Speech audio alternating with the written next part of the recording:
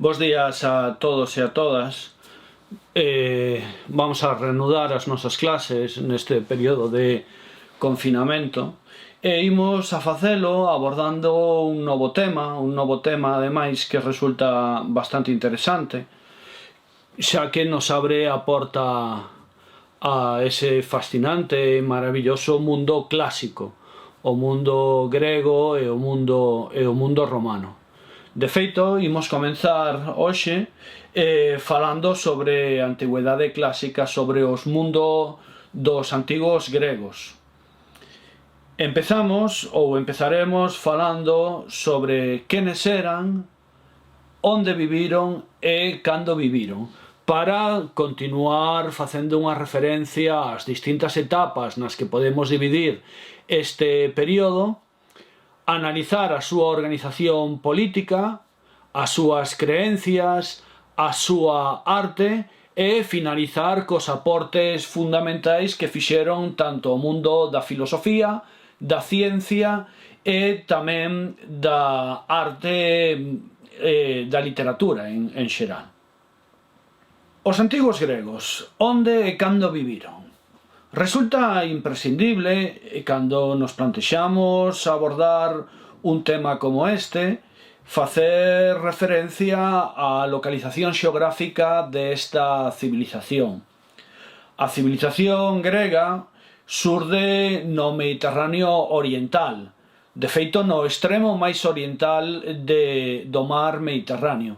Pensade ademais que este territorio é un territorio que en certo modo xa coñecemos polas civilizacións que estudiamos con anterioridade.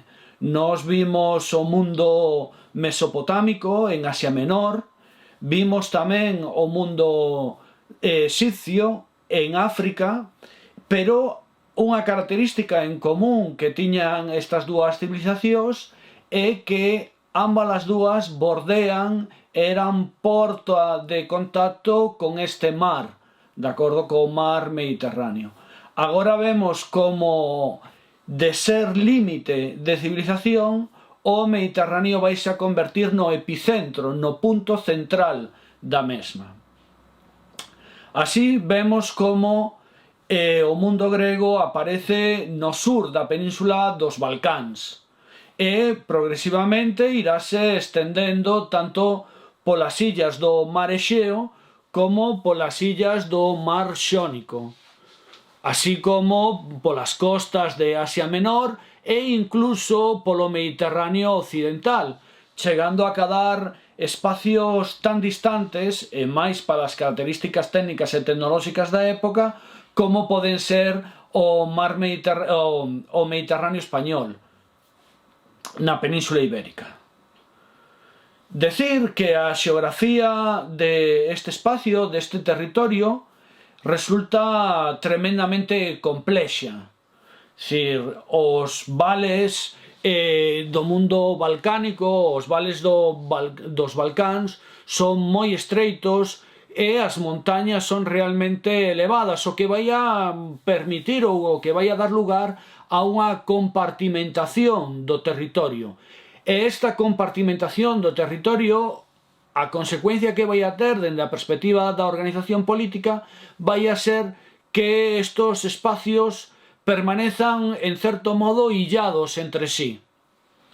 Ademais, tamén é certo, ou debemos ser conscientes, que este territorio presenta unhas terras que non son en absoluto moi fértiles. Fronte ao que veíamos das terras do Nilo ou incluso das terras mesopotámicas, unha das características do mundo grego que se desenvolve sobre un espacio, desenvolvese sobre un territorio que ten terras moi pouco productivas. E isto vai a ter unha consecuencia fundamental, xa que vai obligar a este mundo grego a expandirse ou a volcarse fundamentalmente cara ao mar.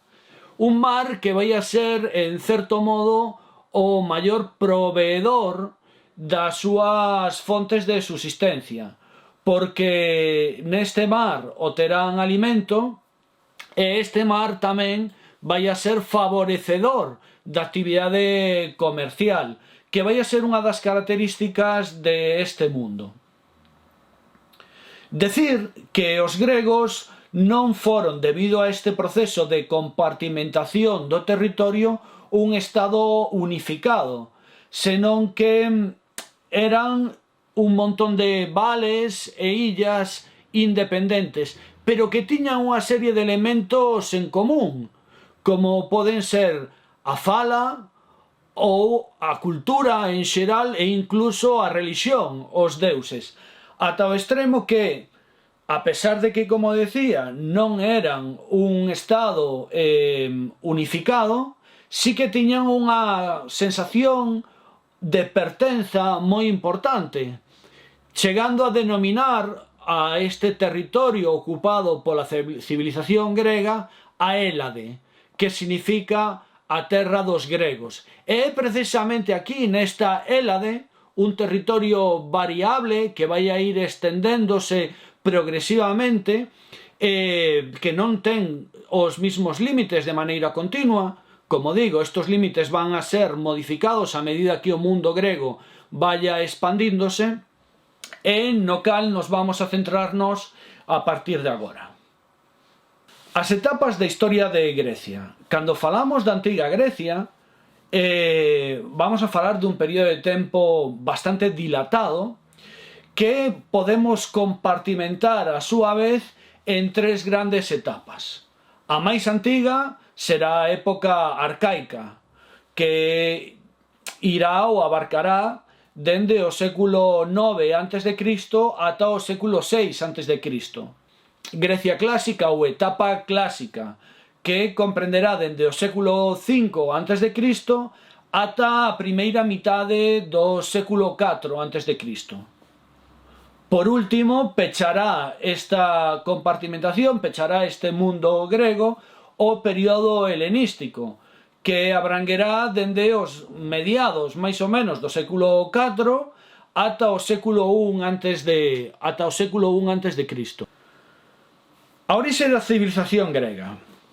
Temos que ser conscientes que este mundo grego non surdiu da nada, e que xa durante a Idade dos Metais podemos atoparnos con unha serie de culturas, de civilizacións que consideramos antecesoras ou que consideramos o xerme a partir do cal irá desenvolvéndose este mundo grego.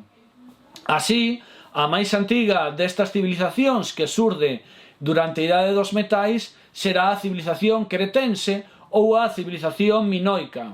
Moitas veces falamos de civilización cretense facendo referencia ao emplazamento xeográfico onde se vai a desenvolver a illa de Creta, e outras veces referirémonos a ela como civilización minoica facendo referencia ao seu rei máis mítico, que vai a ser o rei Minos. Decir que esta civilización cretense, esta civilización minoica, surde no terceiro milenio antes de Cristo, na illa de Creta, no corazón do Mediterráneo oriental, daí o de civilización cretense, e que vaise a caracterizar por ser unha civilización que controla, que domina o comercio entre Oriente e Occidente durante este período.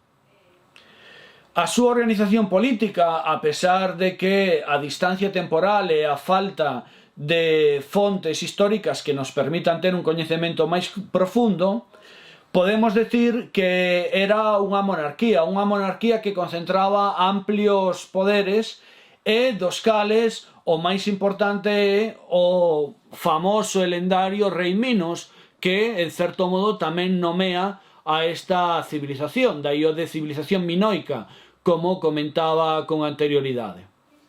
Unha das características básicas desta civilización vai a ser a súa carencia pola construción de palacios que son os que a día de hoxe, gracias ás técnicas arqueolóxicas, nos transmiten información sobre a mesma. E de estos palacios, o máis importante vai a ser o Palacio de Nosos. Tras a civilización cretense, a seguinte que nos vamos a topar e que consideramos antecesora do mundo grego antigo vai a ser a civilización micénica. Unha civilización micénica que surde en torno ao 1600 a.C.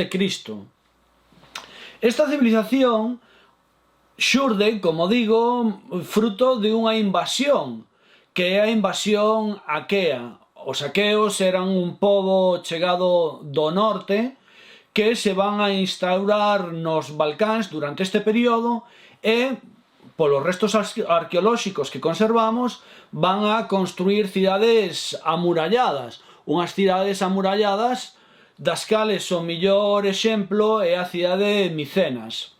Esta civilización micénica, nun primeiro momento, vai a dedicarse á agricultura, pero progresivamente irá sustituindo ao mundo cretense no control das actividades comerciais no Mediterráneo oriental.